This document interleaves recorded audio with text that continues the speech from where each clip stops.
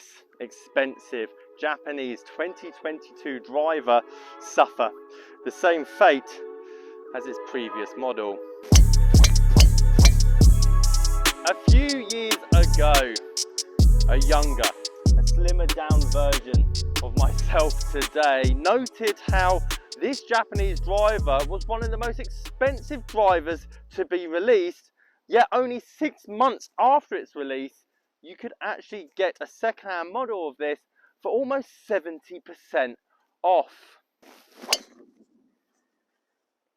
And now I've got the more up-to-date version. I want to know, will it follow the same pattern? And you would be safe to assume that this new driver that I've got today probably will fall down the same pitfall as the predecessors. I only made a video a couple of months ago on the XP1, which I was very impressed with, considering the price that you can get it for second hand. Great shaft, great head, potentially a bit of a tinnier sound than a lot of you carbon driver users would be used to. However, the driver that I'm testing today to replace this one has carbon everywhere. Carbon in the back, carbon in the slots, carbon in the face. It's maxed out with carbon. Therefore, in a world where brand new drivers not only have to perform great, but also sound great, this one might actually have a chance in keeping its price well in the second-hand market. Oh, that's the best drive I've ever hit down here.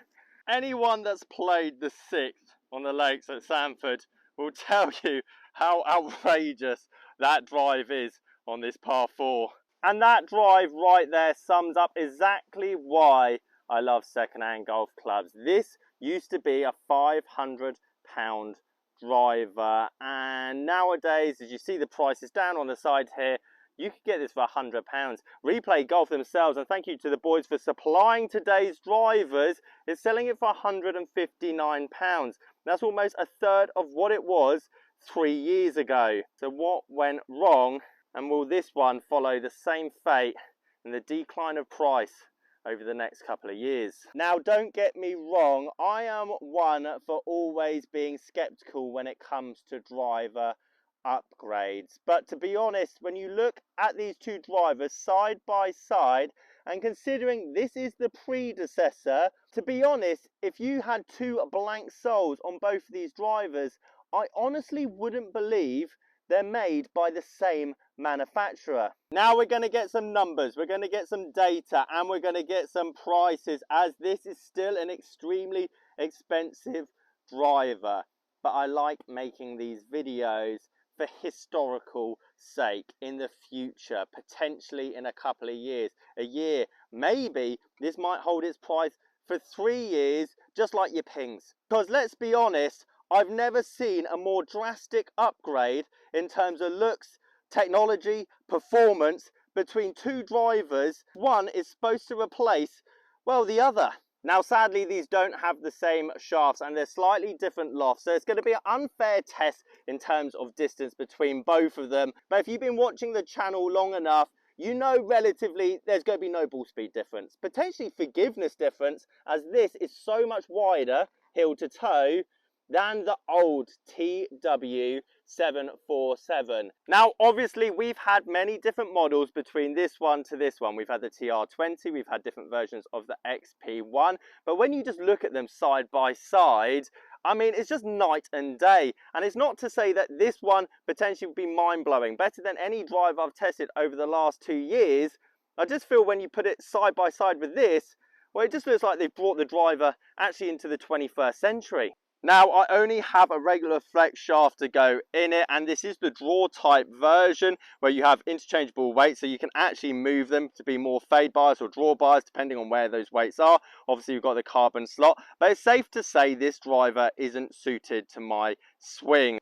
And I'm interested to see, does this carbon slot actually do anything?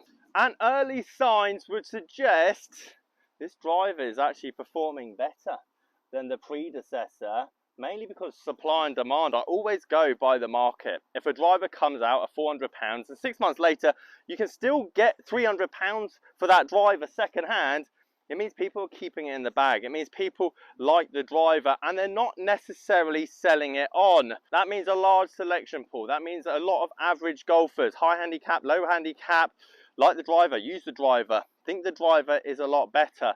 And from aesthetics alone, I would like to agree. However, how does it actually perform in terms of sound and I guess distance? Tell you what, I've definitely hit that very toey. And right from the get-go, that's the best sounding Honda driver I've ever hit. And when it comes to the TW747, I think you can trick people with marketing, adverts, tour pros, as essentially Justin Rose was around the time that the TW747 actually came out, but you can't trick the second-hand market. If people buy the driver, hit the driver, and actually go, well, this is rubbish. My 5-year-old driver is just as good as this and sounds better. Well, no wonder the price dropped so significantly after the first 6 months. Okay, data time. Because in terms of looks and potential forgiveness, I mean, this gives me proper G425 Max vibes. Potentially G400 Max vibes. Just the way it looks, feels and sounds off the face, especially on off-center hits. So I'm interested. Numbers don't necessarily mean anything because I've got a regular flex shaft, but let's see what ball speed and club head speed we can generate with this thing. Oh, well, I can't really hit that any better. 122 out the gate. Simon, you're getting faster.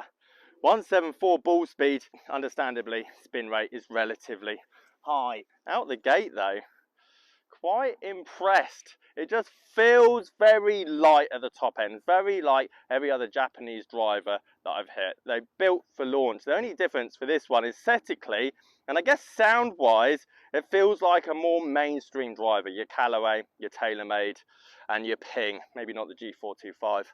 That does sound like a frying pan.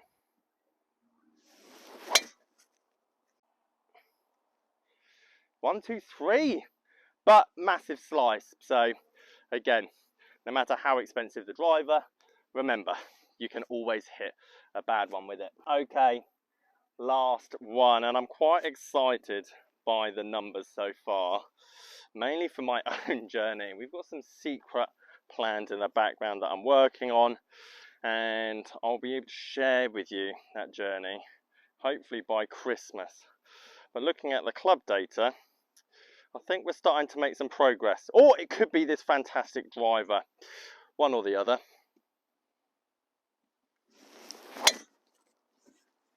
This is a channel first, where I actually say the upgraded version, even though there's probably been about 4 different models between these two from the company, is actually much better than the predecessor. So far, in fact, I'm going to keep a close watch on this driver, the TW757, and I'm not saying that it's £400 better than this one. You saw the shot at the start of the video.